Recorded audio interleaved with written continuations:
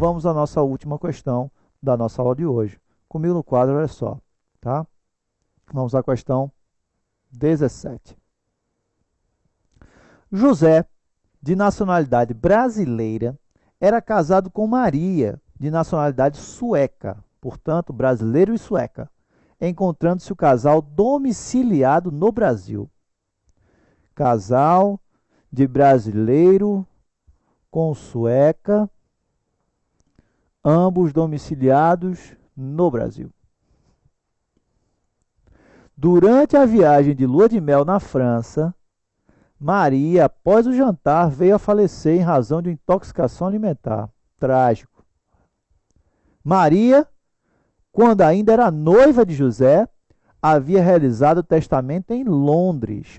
Maria, a sueca, realizou um testamento em Londres, dispondo sobre os seus bens, entre eles 2 imóveis situados no Rio de Janeiro. Testamento realizado em Londres por uma sueca, domiciliada no Brasil, casada com um brasileiro, e que dispunha, dentre diversos bens, 2 imóveis situados no Rio de Janeiro. À luz das regras do direito nacional privado, brasileiro, claro, assinale a afirmativa correta. A.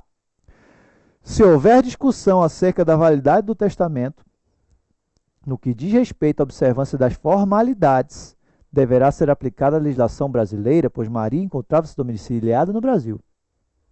Aqui está se falando em formalidades.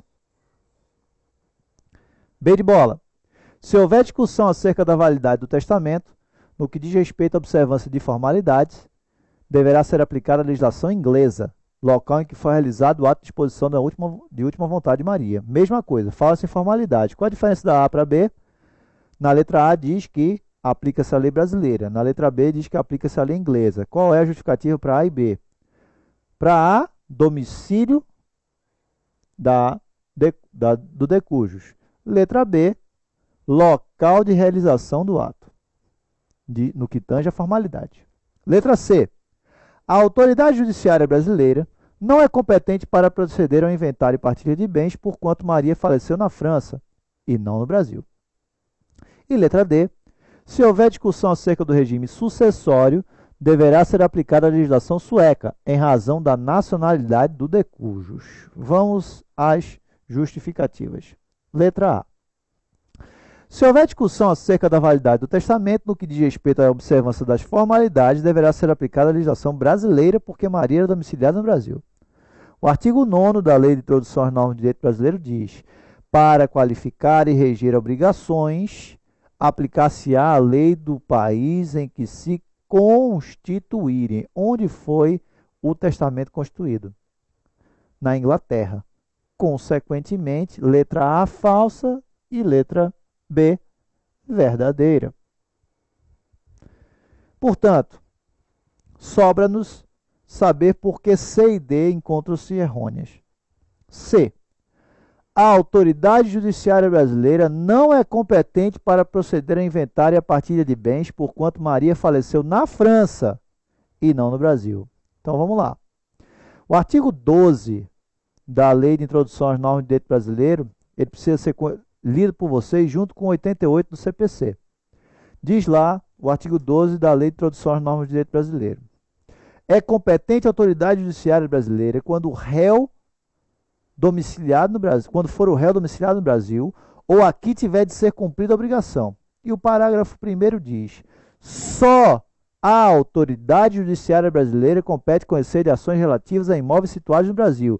E tínhamos no nosso testamento 2 imóveis situados no Brasil. Portanto, a letra C é falsa. E, por fim, a letra D. Se houver discussão acerca do regime sucessório, deverá ser aplicada a legislação sueca, em razão da nacionalidade do decujus. O artigo 10 diz: a sucessão por morte ou por ausência obedece à lei do país em que era domiciliado o defunto ou desaparecido. Portanto, qual é a lei que rege a sucessão por morte ou por ausência de alguém que faleceu? Não é a lei da nacionalidade da pessoa que morre, mas é a lei do domicílio da pessoa que morre. Portanto, voltando comigo, vimos aqui 17 questões das últimas provas da OAB Unificada realizadas pela Fundação Getúlio Vargas. Vocês viram que, de forma ampla, predomina dentre as duas questões por prova de direito internacional a temática do direito internacional privado, muitas vezes se confundindo com a questão da competência da autoridade judiciária, que é tipicamente uma questão de direito internacional, de direito processual civil. Mas lembre-se que o conhecimento do direito internacional privado, ele não pode ser o único direito internacional para efeitos da OAB. Já visto que também realizei o comentário de algumas questões de direito internacional público, que tem uma gama de assuntos extremamente vasto. Mas, creio eu, que a resolução dessas questões seja extremamente valiosa para vocês que estão por fazer a prova de OAB. Espero que tenha atendido aí a vocês as suas expectativas e estamos aí para um próximo encontro que realizaremos no futuro. Pessoal, um grande abraço e até lá.